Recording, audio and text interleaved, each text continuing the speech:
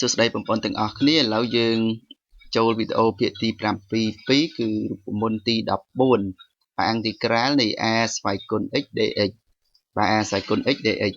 អង្តិក្រាលនៃ a ស្វ័យគុណ x dx នេះគឺវាស្មើជាមួយនឹង a ស្វ័យគុណ x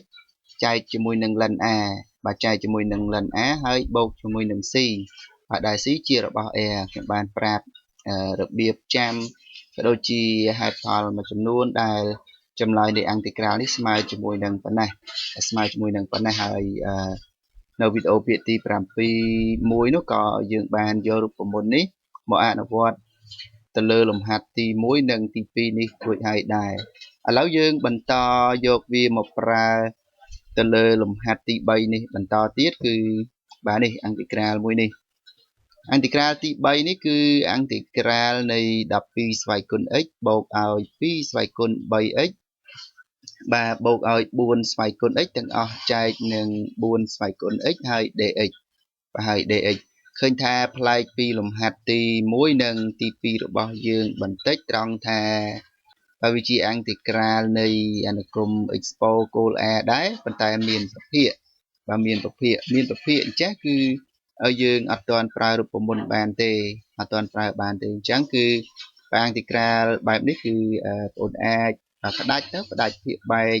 វាមួយមកពេលបងផ្ដាច់ភាគបែងទៅគឺបងបាន12ស្វ័យគុណ x លើ4ស្វ័យគុណ x ស្វ័យគុណ x ដូចគ្នាចាំបងអាចដាក់រួមហើយសម្រួលវាបានពេលបងសម្រួលវាទៅគឺវាចូលអង្តិក្រាលទី14របស់យើងហើយបាទដូចគ្នាដែរចំពោះតួមួយនេះយើងផ្ដាច់ទៅក៏ចូលរូបមន្តហើយនេះយើងផ្ដាច់ទៅនៅសល់1បាទនៅសល់1ឬក៏យើងអាចធ្វើការពិនិត្យបន្តិចខាងលើនេះគឺ12ស្វ័យគុណ x នេះយើងអាចសរសេរ4ស្វ័យគុណ x គុណនឹង3ស្វ័យគុណ x ហើយអានេះគឺយើងទុកស្វ័យគុណ x ដូចគ្នាមក2ស្វ័យគុណ3គុណនឹង x នេះយើងអាចសរសេរ2ស្វ័យគុណ3ហើយស្វ័យគុណ x បាទហើយស្វ័យគុណ x អញ្ចឹងគឺ2ស្វ័យគុណ3នោះ8បាទ8ស្វ័យគុណ x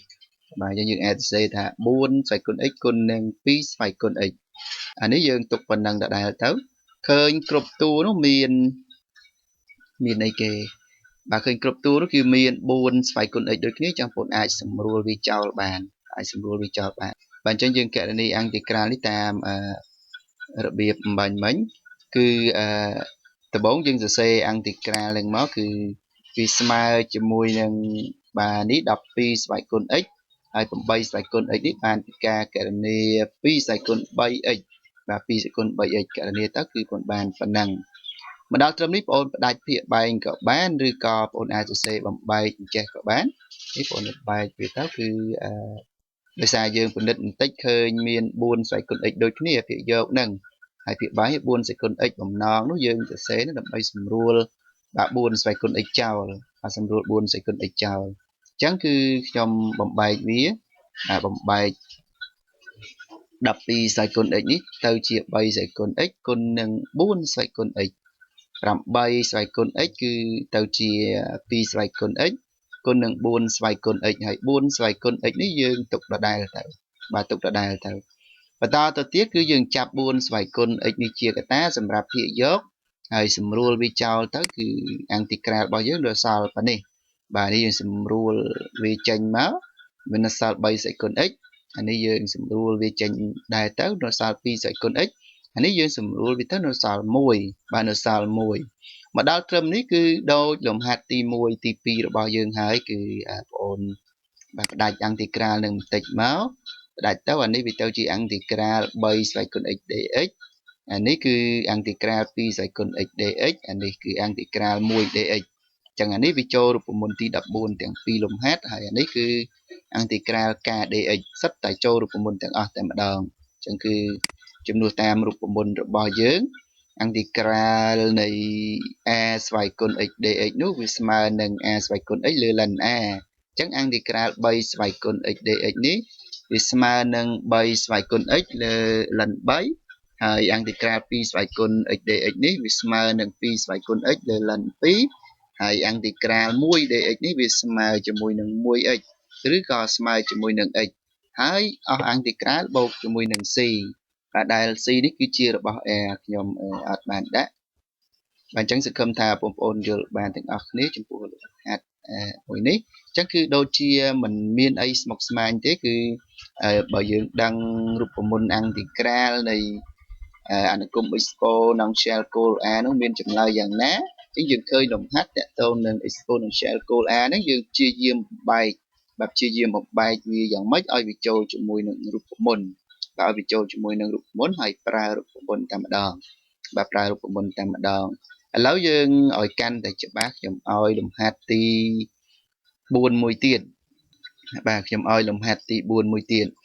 នេះលំហាត់ទី4នេះកណនីអង់ទីក្រាលនៃរឹសការ៉េនៃ2ស្វ័យគុណ x បូកឲ្យរឹសទី3នៃ3ស្វ័យគុណ x បូក1 dx បាទបូក1 dx ឃើញថាអង់ទីក្រាលនេះគឺជាអង់ទីក្រាលនៃផលបូកអញ្ចឹងយើងអាចផ្ដាច់វាបានប៉ុន្តែមុននឹងផ្ដាច់បងអាចនេះយើងអាចសរសេរបន្តិចមកយើងអាចដាក់ x មកខាងក្រៅមកក៏បានដែរបាទដាក់ x មកខាងក្រៅមកក៏បានដែរព្រោះតាមលក្ខណៈ radical និងស្វ័យគុណរបស់វានេះអានេះយើងអាចដាក់ x នេះមកខាងក្រៅបានគឺយើងអាចសរសេរអញ្ចេះហើយយើងអាចសរសេរថារឹសទី2នៃ2ស្វ័យគុណ x ហ្នឹងគឺយើងអាចសរសេរថារឹសទី2នៃ2ទាំងអស់ស្វ័យគុណ x បាទទាំងអស់ស្វ័យគុណ x ហើយរឹសទី3នៃ3ស្វ័យគុណ x នេះយើងក៏អាចសរសេរថាស្មើនឹងរឹសទី3នៃ3ទាំងអស់ស្វ័យគុណ x ហើយទាំងអស់ស្វ័យគុណ x ហើយយើងអាចសរសេរអញ្ចឹងបានហើយមួយនេះយើងទុកដដែលមកដល់ត្រឹមនេះគឺបងអូនផ្ដាច់អង់ទីក្រាលទៅគឺផ្ដាច់ទៅគឺបានប៉ុណ្នេះបាទបានប៉ុណ្នេះឃើញថាបន្ទាប់ពីផ្ដាច់អង់ទីក្រាលអានេះគឺចូលរូបមន្តអានេះក៏ចូលរូបមន្តដែរនេះក៏អញ្ចឹងដែរហើយបាទអង់ទីក្រាលទី1នេះបាទគឺ a របស់យើងឬការ៉េនៃ2ហើយអង់ទីក្រាលទី2នេះ a របស់យើងគឺរឹសទី3នៃ3បាទរឹសទី3នៃ3អញ្ចឹងអនុវត្តតាមរូបមន្តទី14ដដែលគឺវាស្មើជាមួយនឹងបាទ a ស្វ័យគុណ x គឺរឹសទី2នៃ2ស្វ័យគុណ x បាទលើលិន a បាទលើលិន a គឺលិននៃរឹសការ៉េ2ហើយបូកជាមួយនឹងអានេះក៏ចូលរូបមន្តទី14អញ្ចឹងគឺ a ស្វ័យគុណ x របស់យើងទៅជារឹសទី3នៃ3ស្វ័យគុណ x លើបាទលិននៃរឹសទី3នៃ3បាទលិននៃរឹសទី3នៃ3ហើយអានេះអង់ទីក្រាលទៅបាន1អង់ទីក្រាលទៅបាន1ហើយអស់អង់ទីក្រាលយើងបូក c អញ្ចឹងយើងបានចម្លើយរបស់វាតែម្ដងបងអាចធ្វើការកណនីបាទឡូនៃពែនៃរឹសការ៉េ2ក៏ដូចជាឡូនៃពែនៃរឹសទី3នៃ3នេះក៏បានរឹសការ៉េ2នេះយើងអាចសរសេរថា2ស្វ័យគុណ1លើ2តាមលក្ខណៈឡូនៃពែបងអាចតម្លាក់មកមុខដូចគ្នាអានេះយើងអាចសរសេរថា3ស្វ័យគុណ1លើ3នោះយើងអាចតម្លាក់មកមុខបានតែខ្ញុំអត់បានកណនីបន្តទៀតទេសូមទុកចម្លើយប៉ុណ្ណាបាទអញ្ចឹងសង្ឃឹមថាបងប្អូនយល់បាននឹងតាមតាន់ទាំងអស់គ្នាចំពោះលំហាត់ទី4នេះឃើញថាអនុគម exponential goal A នេះគឺខ្ញុំដូចជាបានបង្ហាញច្រើនទៅហើយតាំងពីវីដេអូភាគទី7 1រហូតមកដល់វីដេអូភាគទី7 2នេះគឺដូចជា4លំហាត់ដែរបាទអញ្ចឹងគិតថាគ្រប់គ្រាន់ហើយសម្រាប់បងប្អូនបើសិនបើបងអូនមើលដោយយកចិត្តទុកដាក់អញ្ចឹងគឺចំពោះអង់ទីក្រាលនៃអនុគម exponential goal A ប្រភេទចេះឬក៏ស្តៀងចេះមិនមានបញ្ហាទេសម្រាប់បងប្អូនបាទមិនមានបញ្ហាទេសម្រាប់បងប្អូនអញ្ចឹងគឺខ្ញុំសូមបន្តទៅការកណនីអង់ទីក្រាលដោយប្រើរូបមន្តបន្តទៀតគឺរូបមន្តទី15និងទី16បាទទី15និងទី16នេះគឺជាអង់ទីក្រាលនៃអនុគមត្រីកោណមានប៉ុន្តែដោយវីដេអូរបស់យើងនេះរៀងវែងដែរអញ្ចឹងសូមបញ្ចប់វីដេអូនេះត្រឹមនេះហើយយើងនឹងជួបគ្នាបន្តទៀតចំពោះការកណនីអង់ទីក្រាលនៃអនុគមត្រីកោណមាននេះនៅវីដេអូភាគទី8បាទអញ្ចឹងអរគុណច្រើនចំពោះការតាមដានទស្សនាវីដេអូរបស់ខ្ញុំជួបគ្នានៅវីដេអូភាគទី8